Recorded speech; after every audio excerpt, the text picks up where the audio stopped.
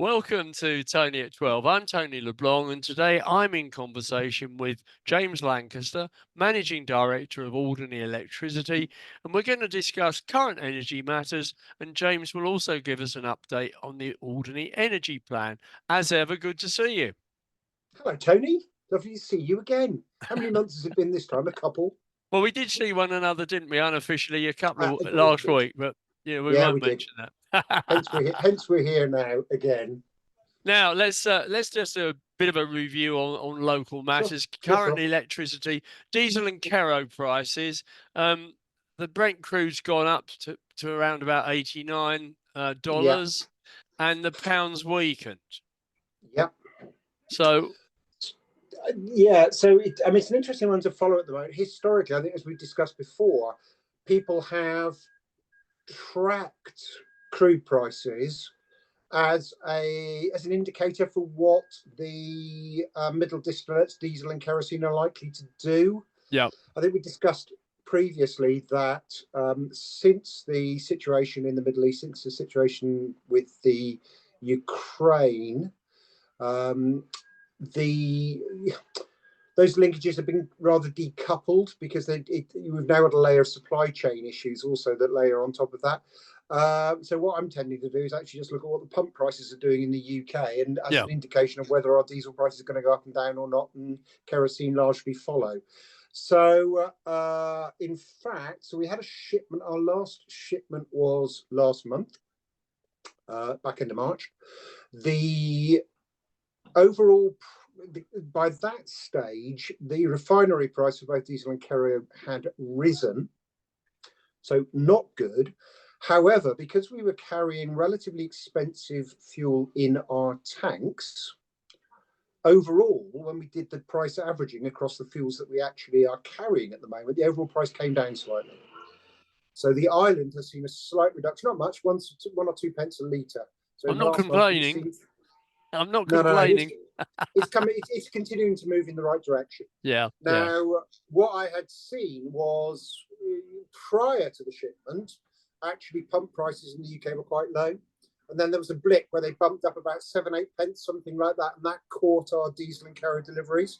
So at the moment, I'm still hopeful that as we move into the summer, we will start to see the refinery prices of those products relax slightly, and so hopefully we can see Alderney fuels on a continuing downward trend. I mean, I have to say you've done quite well up till now on the basis of timing.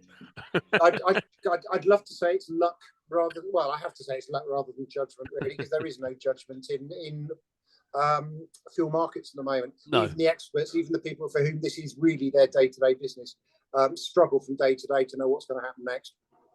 That's the mystique of markets, isn't it? Marvelous, isn't it? Yeah. Get it right, you do very well. Get it wrong, you know. Yeah, and I think what we're seeing is we see these these massive sort of global shifts, which actually do have a strong impact on market in the short term, and that's what people are gambling on for a quick win. But equally, it can mean a quick lose. Luckily for Alderney, as we know, timing's actually worked in our favour, so it hasn't been anywhere near as bad as it might have been. Yeah, absolutely. Now, can you hear that? Can you hear all that noise in the background? No, I can't. So keep going. Oh, excellent.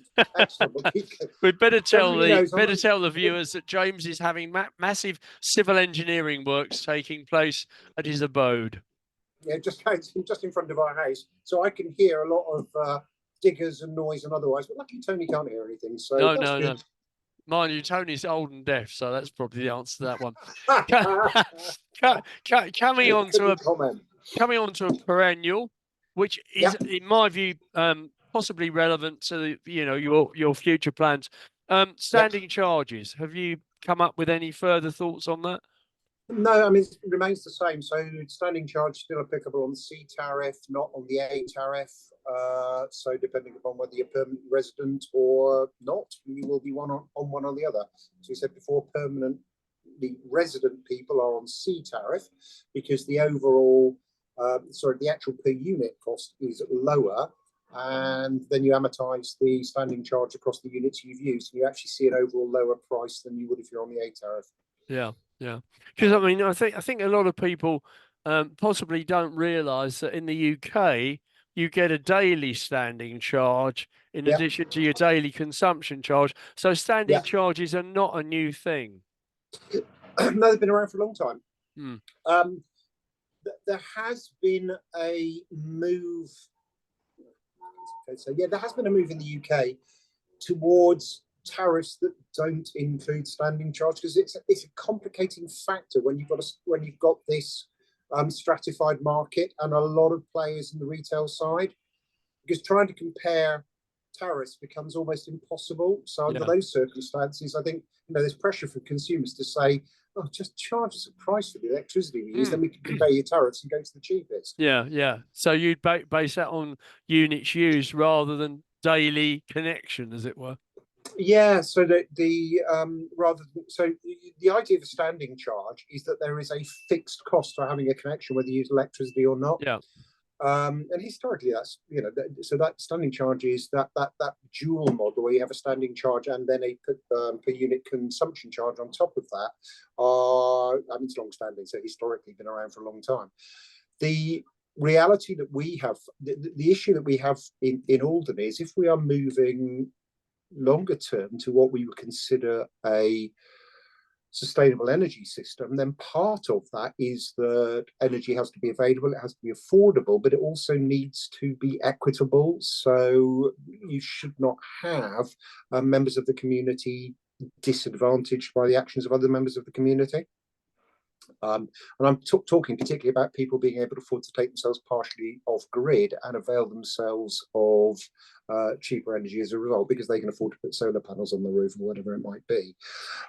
So under those circumstances, actually, you move in the opposite direction. So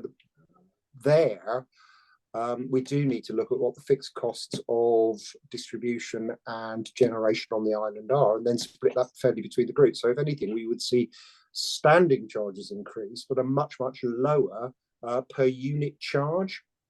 And probably, looking at today's 2024, it wouldn't make that much difference for people using a reasonable amount of electricity. I think the point is, if you're starting where we get to at the moment, let's say electricity is 50 pence per unit. That's about where we are at the moment. For ease of maths, 40 pence of that is what you pay for the unit you use, and 10 pence of that cost is standing charge. Yeah. But what we would be looking to do now, actually, our fixed costs are about half of the company's costs. So a better model for us would be to say, all right, we'll charge 25 pence as an element of your standing charge, but your per unit cost drops then to 25 pence. Yeah. So what that means is that people who are obliged, if you wish, to buy all of their power from the company are using more. So overall, their electricity bills will come down. Yeah. Those people who do not use as much because their property is underused or because they're partially able to generate their own will pay proportionately more. So overall, your energy bills stay the same, but it balances out that issue around own generation and the cost of own generation, which means that those people who are less fortunate in the community are not paying the cost. The thing is, though, James, at the present time, you're constricted by virtue of the fact that you're controlled by legislation on this question of standing charges. So, if things change, you're going to sooner or later actually have to amend the legislation, aren't you? Correct, and this is the most thorny issues that we're working through with the states at the moment, because it's all well and good to talk about delivering a proportion of the power from renewables, and whether we have wind turbines or whether we have a solar array or solar panels or whatever it is.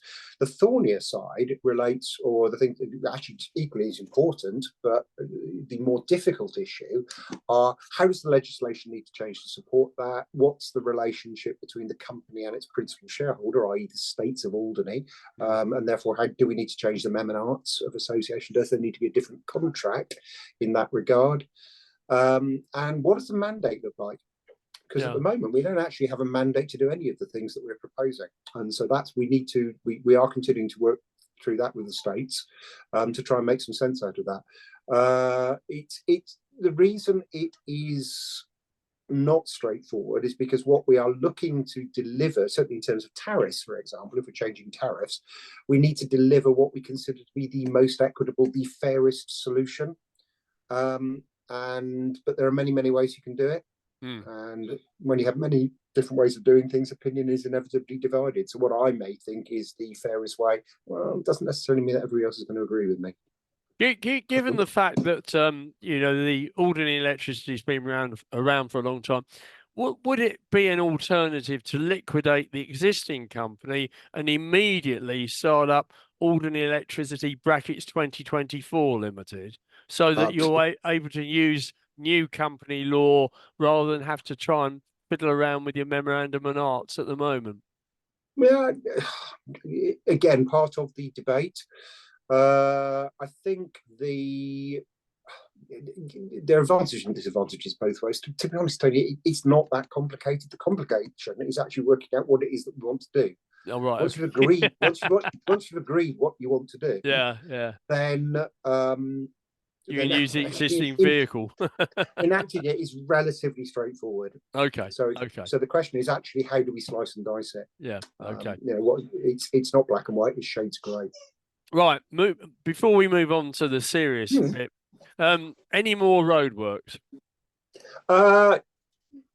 Not huge roadworks in the immediate, no. Okay. There are some plans, obviously longer term, so the next ones that we are going to be doing, the next large works we're going to be doing are the connection between Morio and Picotear. Right.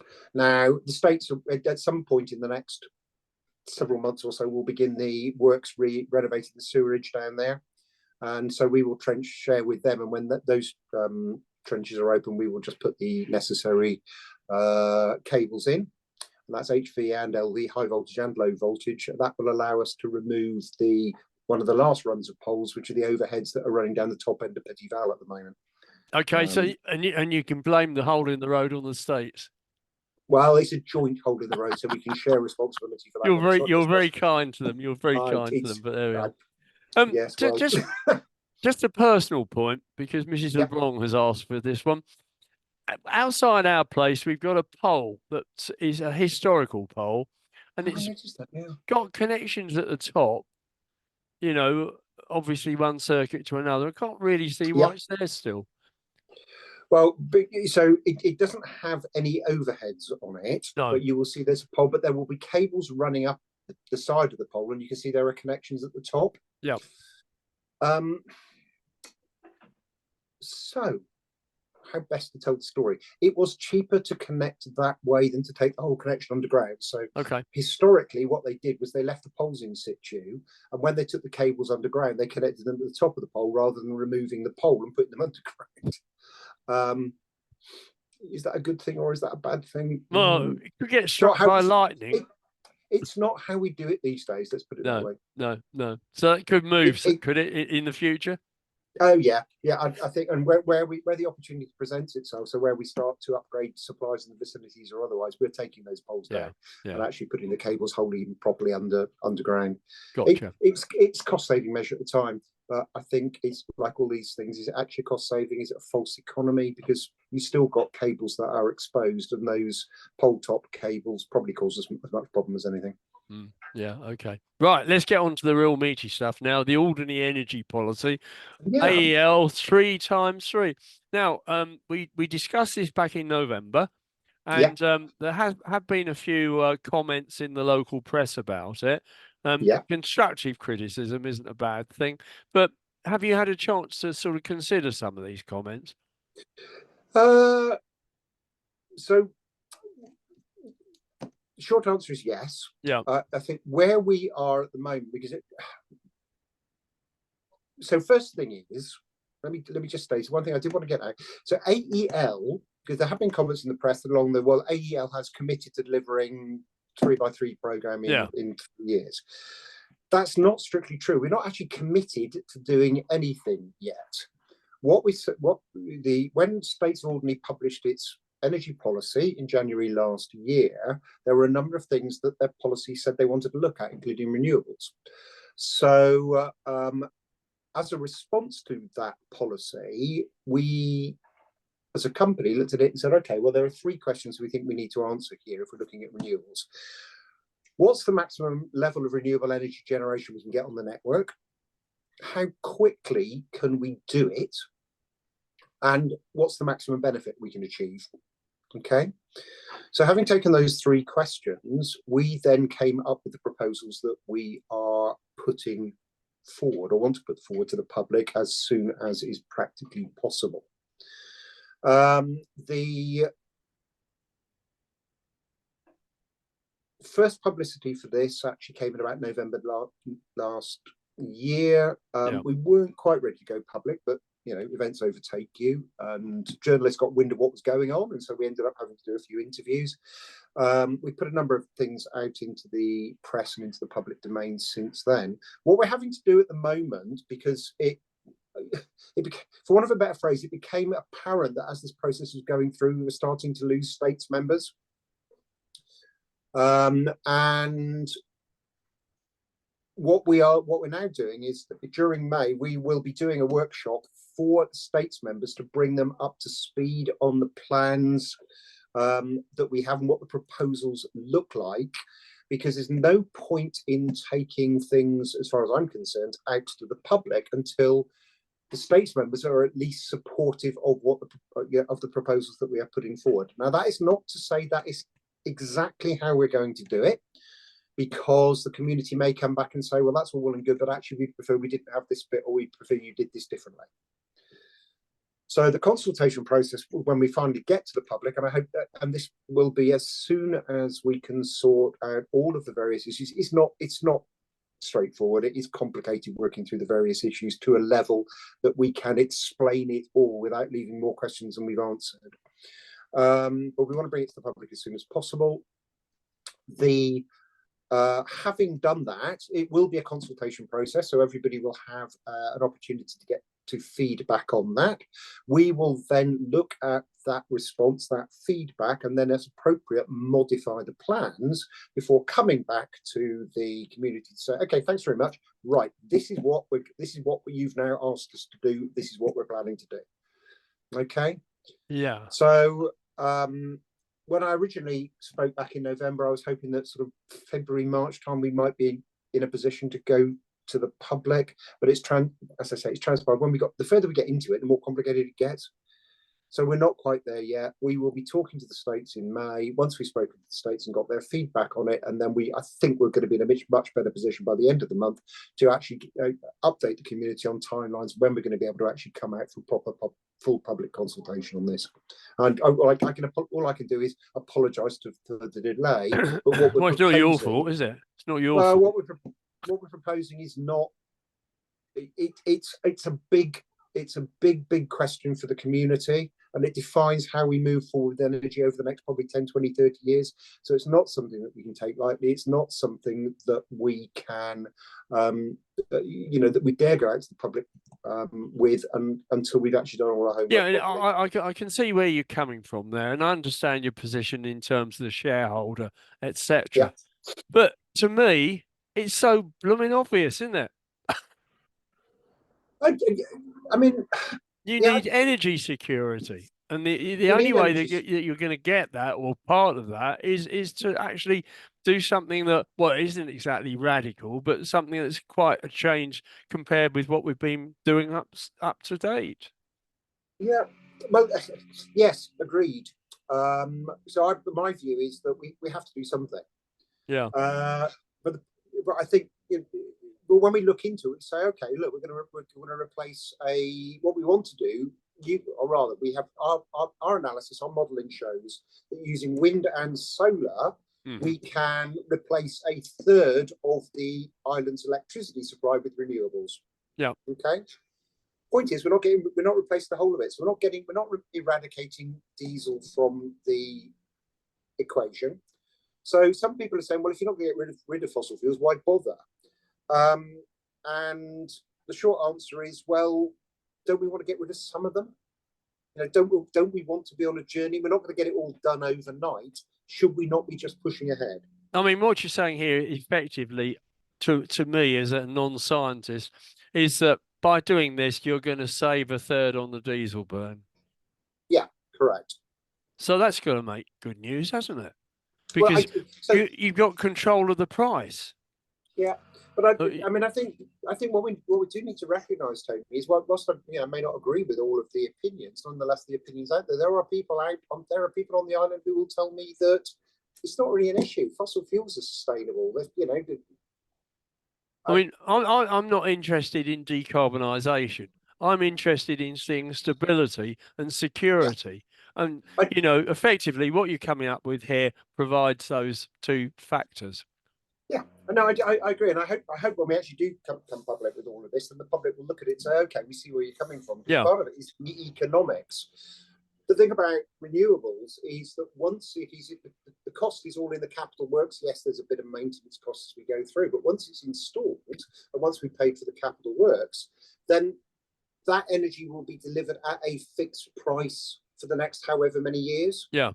And so even getting a third of the electricity replaced by renewables reduces the overall volatility that we see on fuel prices. So as I say, overall, I think it's a really good thing to do. Yeah. But there are visual impacts, particularly if you look at wind turbines, and there's always a trade-off. And yeah, but we've got to get real. We've got to get real on these things. There's a price to be paid for everything in life. Yeah.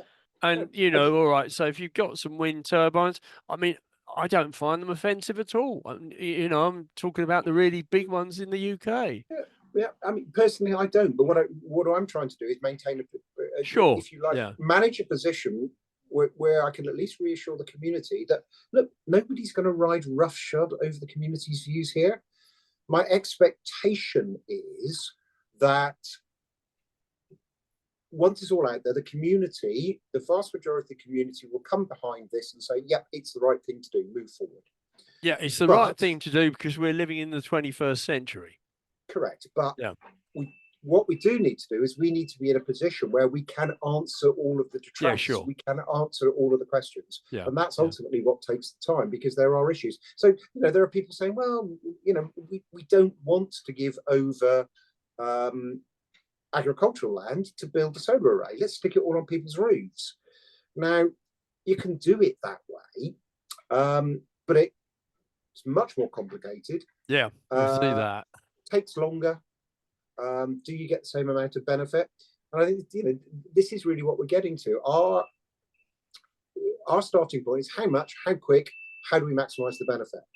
And I think where we are is we're confident if you do almost anything else, it will cost more, it will take longer, and you'll have a reduced benefit.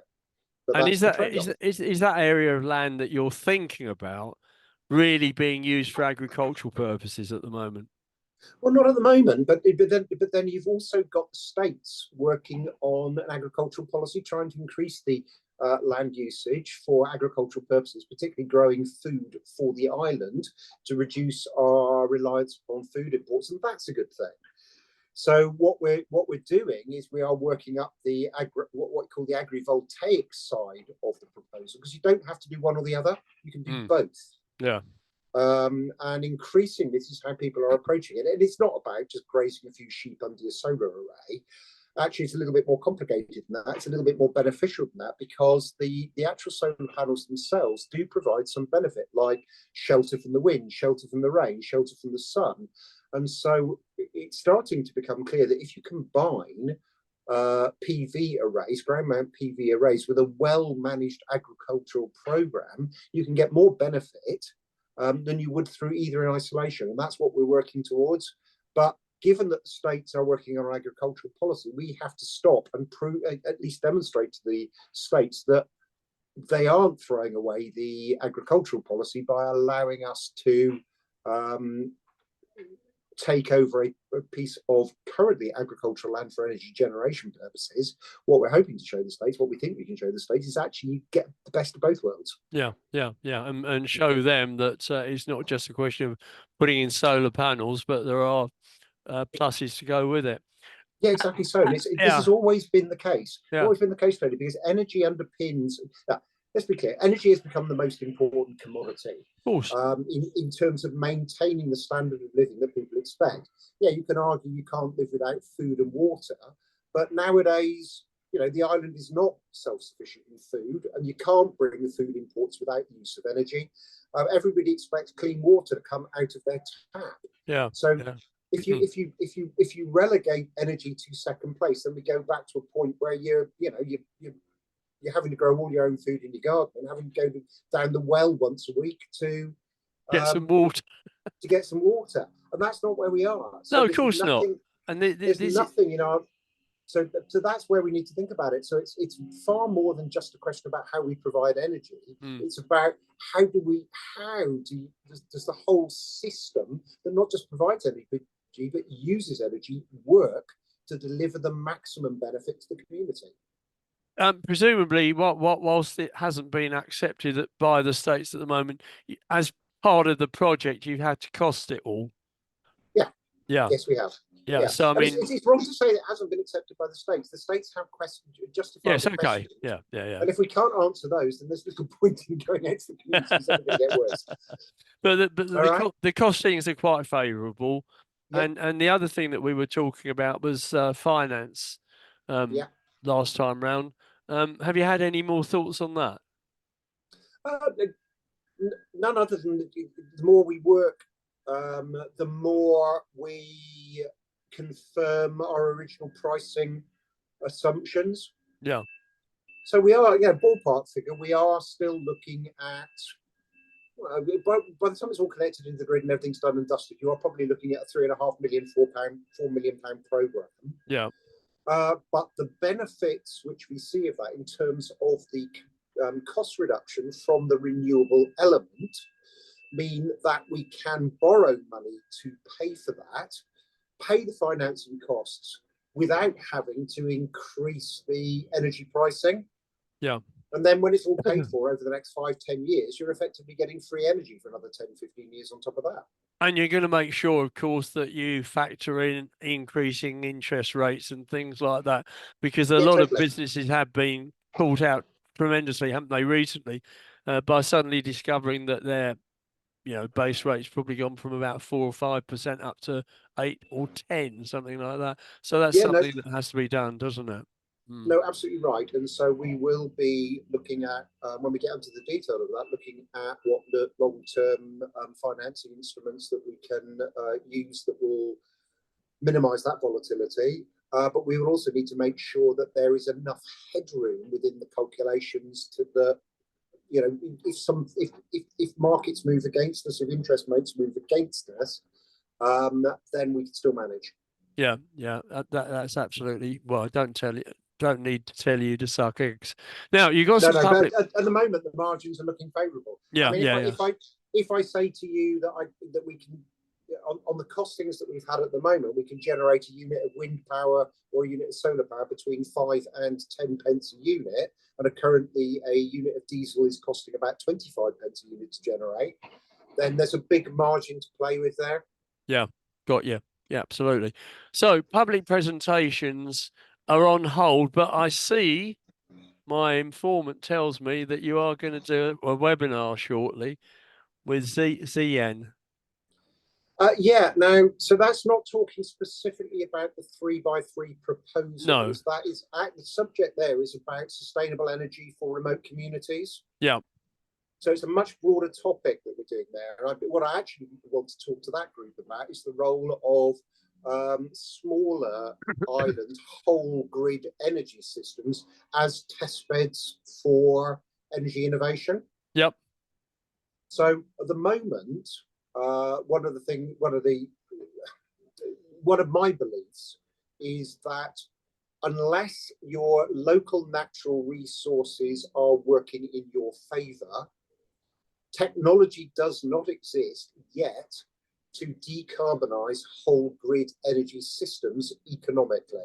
Yeah. Okay. So if you're in Iceland, you've got loads of geothermal energy. Yeah. If you're in El Hierro in the Canary Islands, you've got lots of wind and a very convenient volcano with which you can build a pumped storage system. An ensuite volcano. If you're in Alderney, you've got tidal energy coming out of your ears, but the technology for tidal energy is not yet economically comparable with wind and solar. It's getting there. Yeah. And so as part of this exercise, we are also now having to model the impact of tidal energy generation alongside wind and solar to see whether or not tidal is a technology that would replace wind and solar, or whether it's an addition to. And without giving the game away, the modelling that we have done, the results we're starting to get from the modelling suggests it's the latter rather than the former. Tell me, are the French still actively involved in it? Is that factory in Cherbourg still around? I mean, the factory's built there. They're not. I mean, there is. The tidal energy industry is still a cottage industry. It's still a very expensive cottage industry. What we're starting to see, which is why it's starting to look interesting for Alderney, and why we've had to go back around the loop again since November to have a look at this, is that a lot of the tidal energy developers are now focusing on smaller devices. Right. So previously, the focus with Simon Atlantis, with Open Hydro, who are the partners with ARE, for example, was all about exploiting large-scale tidal energy resources, so gigawatts of power. Big arrays. So 1, 2, 3, 4 megawatt devices, which are far too big for Alderney anyway. Yeah. There's now a focus on devices more around the 150, 200, 250 kilowatt scale, which are actually much more serious contenders than for local generation. Price of infrastructure is coming down, so we're having to look. So we're having to do a bit of futuring on tidal energy generation, so again, that those people who say, well, why are we bothering this? Why don't we just wait until tidal comes along? We can actually say, well, actually, it's not a question of one or the other. Actually, you can have both. Yeah. And that's what the modelling is starting to show. So we can push ahead with wind and solar now, and that when actually should tidal come along in the next 3, 4, 5 years at an economically viable price, and within the context we're talking about, economically viable is the same price as diesel, so that you can look at it as a diesel replacement technology, then there's nothing stopping us pushing ahead with that. Yeah. Okay. Are Alstom still starting involved? to look very positive. Yeah. Sorry? Are Alstom still involved? The French company, the French engineering company, Alstom. Alstom were marine current turbines. Right. Actually, no. Sorry. Tidal Generation Limited, as they were. They grew and were taken over by Rolls. Well, became Rolls Royce and then became Alstom. Good question.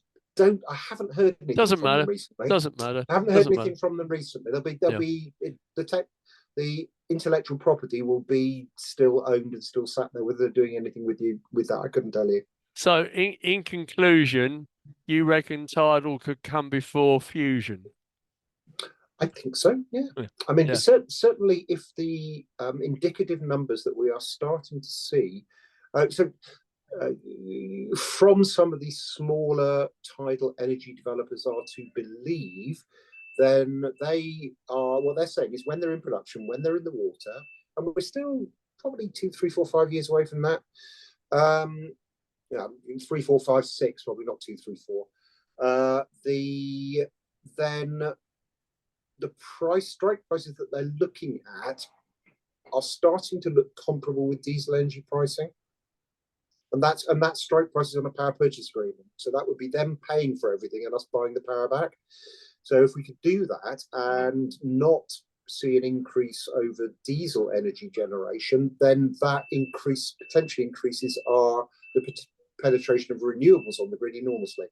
And the thing is that if you sort of compare it with diesel prices at this point, in my view, they're only going to go one way in the future, diesel prices, and that's further and further uphill. Yeah, that's so I mean, you are sort of really protecting the situation if you could get involved on that sort of thing. Exactly so. There is a limit to the amount of solar and wind that we can put on the system. The same limitations do not actually apply for tidal, because tidal is wholly predictable. Yeah. It's the unpredictability of wind, because the sun goes behind a cloud or the wind stops blowing. It's the unpredictability of wind that actually limits your ability, the maximum penetration that you can get of those technologies on the grid. Yeah. It's a complicated technical and economic equation. As I say, Tony, the further we get into it, the more complicated it gets. But we're making some headway. It's complicated. It's very interesting, and hopefully will be very beneficial over the years. It will be. It will be. James, we've just about run out of time. So many thanks as ever. And perhaps we can have a little meet up later on in the year for a further briefing as to what's happening. Well, I think when we've had the when we finished with the workshop for the states in May, there, and had sort of feedback and the discussions around that, and can then decide what the shape of the proposals bringing forward actually that we want to bring forward actually are, then I think that we can then do some more publicity around that. And I think even then it might be the time to just update this conversation. Yeah. Thanks ever so, James. Right. Really appreciate your time. Yeah, you're very welcome. Take care. All the best. See you very soon. Yeah, look forward to it.